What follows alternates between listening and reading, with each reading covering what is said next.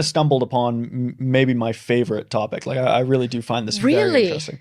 Yeah, men's body weight preferences and women's body weight modification behavior. One of the most interesting things in the mating and beautification literature.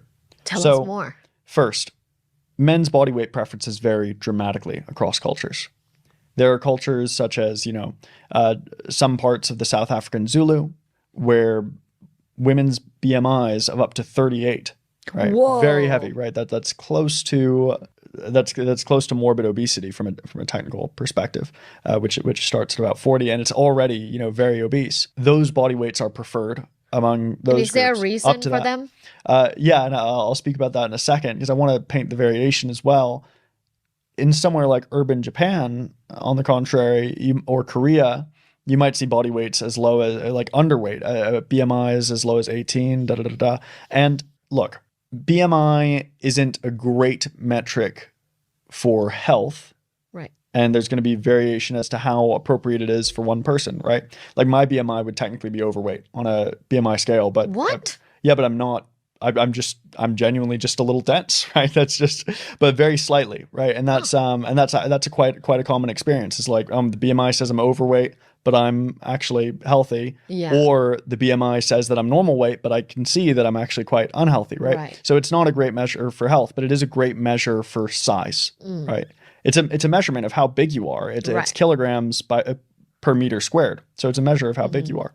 So men's preferences vary dramatically. And the variation seems to be partially explained by media and westernization, but it's also explicable by socioeconomic status, access to resources. Oh. There's some very funny studies which have replicated and have been done in different ways that show that men who are acutely hungrier prefer larger women. I'm serious. And there are also more cultural studies that show that men in different groups by socioeconomic status tend to vary in such a way that wealthier men and men in wealthier environments prefer women of lighter body weights, whereas men in poorer or relatively poorer men tend to prefer women of heavier body weights. And Interesting. so from an evolutionary perspective, you might wonder, why would this be the case? And there's also some other fun evidence for it. I mean, we could talk all day about this. There's some evidence that when during times of economic scarcity, Playboy centerfold models get heavier in the States, Oh. and during Well, times of economic abundance, they get lighter. And then there's also So this is actually the first time I've heard this, and I've never heard Mackin talk about this. I've heard other people talk about it. So there's these women that are like that'll say things like, "Well, the only reason there are westernized standards of beauty for women to be skinny and attractive," and of course that's not true. Men, it has nothing to do with the magazines or the television shows that we watch. That is not why I like women with smaller waist than hips. That is not the reason. But what I do think is interesting, and I've heard this before, is that when there's a scarcity of food, men like heavier women. But that's not westernized culture. Like that is a survival. That I understand evolutionarily why that exists. Yeah. That means that the woman has food around. That's why you would want to be with her. That makes sense. And then the other thing is like being that overweight a lot of times actually may make it harder for you to carry a child to term. Being skinny, though, is a sign of youth, and it's more likely for you to be fertile the younger you, I mean, up to a point. We're talking about like 18, 19, 20 years old.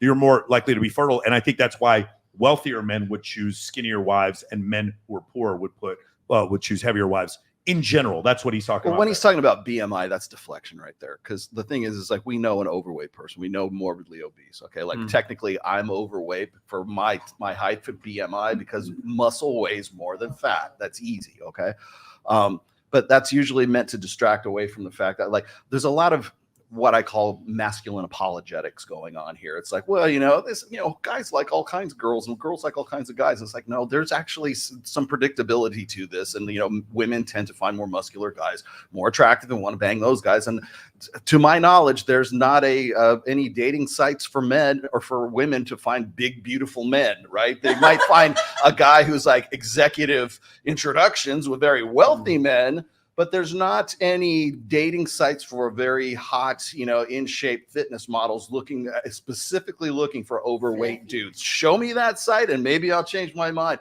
But until you do, it's simply bullshit, and it's deflection is what it is. And again, it's this sort of masculine apologetics, meaning like, well, guys like everything, but he's not incorrect when it comes to men's standards of beauty. We are all over the board. Men have fetishes. Okay. Women rarely have fetishes. And if they do, they learned it from a guy, right? Like, oh, they like bondage. Yeah. Well, this guy was with like bondage. And so now I'm kind of into it too, but they had to be introduced by a guy. So when you look at the standards of beauty for men and women, like the idealized masculine beauty for women hasn't changed since Greco-Roman times. It's the guy who has kind of like a swimmer's body and has like a runner's body, has some muscular definition. He's not super big. He's not like, Ronnie Coleman, but he looks like he's got, some muscle to him, but not a lot. Right. And then for men, and I can prove this to you. All you got to do is go on Pornhub and you can see fat girls, skinny girls, midgets, blondes, brunettes, tan girls, pale girls, whatever. There's ladies, the best news of all this is there's a niche of porn that caters to your specific body type. And all you got to do is find it. All you got to do is find the guy that's into that. All you got to do is find a member of the United States Army. And you are 18 to 80, set. Blind, crippling, crazy. Yes, you stand outside of Fort Hood, Fort Bliss. Yeah. You are going to get you some booty. Yeah. So, but I thought that this was interesting because I do understand this. Like, I get there's certain things I don't understand. I don't understand why guys have like foot fetishes. Like where did that come from, right? But I know that enough guys do that it's a thing.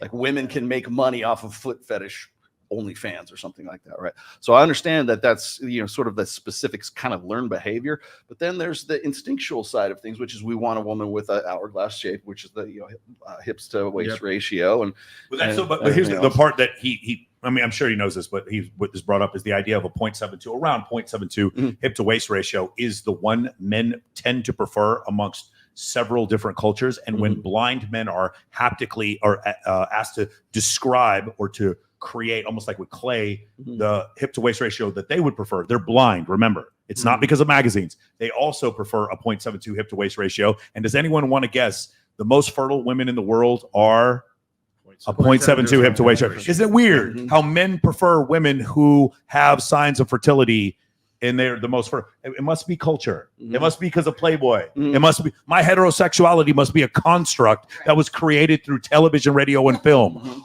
Or it's fucking genetics. One of the two, not really sure. But if it is genetics, then that means beauty is not subjective. It's objective. Fuck me. What does that mean? That's terrible. That's crazy that's going on.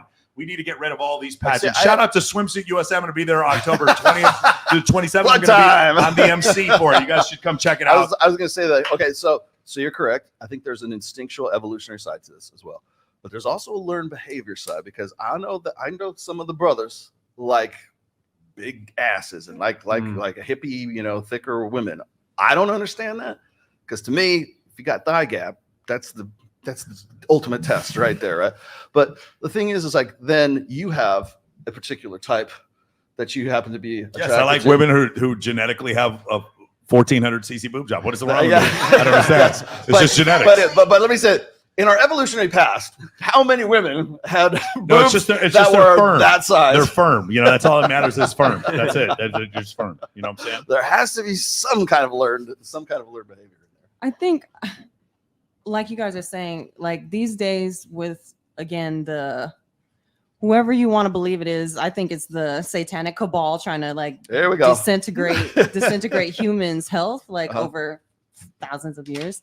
But I think that I had to think about this, but I think that our health industry, clearly they've lied to Western populations for, years and years with the food pyramid and stuff like that. But I think that they've been attacking females, obviously, with the get fat. But I also think that they were attacking females' breast size with the things that we were eating, because when I was in my 20s, I was just flat, and I have no surgeries, nothing. I only dye my hair blonde and I get my nails done. That's it. I have no surgery, no injections, nothing. And when I hit 32, my boobs just started growing out of nowhere, right? So all my whole 20s, I was just flat. Like so you hit puberty in your 30s. And it wasn't even puberty, because I was horny through my 20s and had natural menstrual cycles and everything like that. But somehow in my 30s, and I think it was the stuff that I was eating changed. Hormones. Well, the stuff that I was eating straight up changed through my knowledge of they're poisoning us, and all I've been eating is sugar and not real butter. You know what I'm saying? Like stuff like that. And because I wasn't eating like real butter, my boobs wouldn't. I think there's a natural thing in butter that makes chicks boobs grow. What is your ideal body type for a guy? For a dude, it is like you were saying. It's the normal. Like I would call like the most men in this room attractive males. Like I would say that. Like again, I love men. I just have to have self-control over myself because I am a horny girl and I always have been. But like I like you guys' body type is the more, I would say, attractive type of male, like just natural muscle, not steroids, because I can see steroids like popping out of the guy. Like I like natural muscle, a dude who eats healthy, like not too huge and not too like, you know, just lean, which I've dated guys. Taller than you? Tall is fine. I fell in love with guys who were 5'10". I fell in love in my 20s. I was 23. I fell in love with a guy that was 5'10", and I was 5'7.5", and I wear heels and I'm 6'1". I was in love with him. I would have his baby. I would have reproduced real fast, but he was the fuck boy. You know what I mean? So it's not always like. But that's the one that does it for you. Alexandra, what's your ideal male body look? I like muscular. Anything about height? Anything about taller facial than me? Features? Taller than you? Taller than you? Does he have to have darker skin than you or lighter skin than you? It doesn't matter. No. Does the guy that you dated that was taller than you and muscular, is he the one that cheated on you? No. I mean, he's the one you cheated on? No, I'm just kidding. No, just kidding. wait, what? I'm messing with you. What's your ideal body type for a guy? So I mean, he doesn't have to have, you know, too big of muscles or anything. Just look healthy, because I like to work out. So I like somebody that, you know, also likes to be healthy and work out. Doesn't have to be too big, like you said, like steroids, not really into that. Definitely height matters to me because I am a little taller. I mean, I'm 5'6", so I definitely like to wear heels, and I don't want someone to be shorter than me. I don't know. I don't like that. According to Reddit, I'm also 5'6". You guys can look it up if you guys want to check that out. Yeah, we're gonna we're gonna have the measurement stick installed on the door here real soon. We proved that wrong yesterday. We proved that wrong yesterday. They're gonna like you're about to catch so much hate. So we did a now they're gonna say I'm 5'6" as well. So KJ's 5'11", and we stood next to each other, and I'm 2 inches taller than him. And so he obviously disproving that I'm not 5'9". But the thing is, these people are so gung-ho on this thing that I'm lying about my height, and it's just so funny. You're going to catch a bunch of hate now from this. Watch. Anyone who tries to disprove that I'm 5'9" or whatever, you're just going to catch a ton of hate. What's your body type? Anyone that takes care of their body. Like I definitely can't do a man that has a bird chest. If you're skinny, a bird chest. Hell no. Okay. But anyone that just takes care of themselves, nothing too muscular or bulky, it's just unattractive. Okay, so I heard about this thing at the sex parties that there are dudes that are flown in just to like have sex with the wives. Is that a thing? I've actually never heard of men being flown in. I've never heard of that. What is that called? I was going to say bulls. Bulls. Bulls. Yeah. So you ever had bulls at these parties? Yeah. Oh yeah, bulls. Yeah? I just never heard of them being flown in. Okay, so like, what? How does somebody get picked to be a bull? You got to be buff, fit. You got to look like you're a Chippendale. Yeah. Like a man that's really gonna wreck your wife. So I can't look like that. So you better do. Okay. The So job. what I'm a little curious about. So the couples come in and the bulls come in. So like it seems like there's more men than women there. How does that work out? It's usually 50-50. Okay. So where do the extra women come from? Extra friends, just homegirls bringing homegirls. Yeah. That's usually how it is with bringing extra woman, because it's always going to be male overpowered. So. Yeah. Again, $17,000 for men. Mm-hmm. And you always have to bring a woman. Yeah. It's free for women. 17,000, and you have to bring. A woman. There you go. Damn. It's like coming to my birthday party. All right. It is. I got two super chats here right quick. Let's get this. National Redneck, thanks, brother, man. You are a top 2% woman, but the men you are trying to date are so used to sexual variety that they have become addicted to it.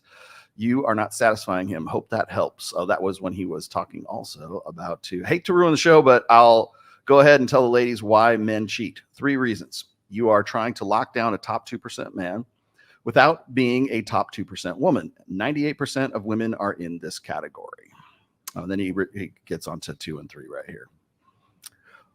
All right, thank you very much for that rational redneck. Do you guys have anything to say about that? Do you think that men cheat on you because you're trying to lock down a guy who has too many options?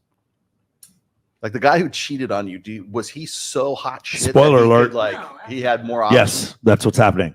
That is. No, you don't. Spoiler think so? alert! That actually is what's going on. You think If so? you didn't know, Was the guy that cheated on you? Was he like very in demand by other women?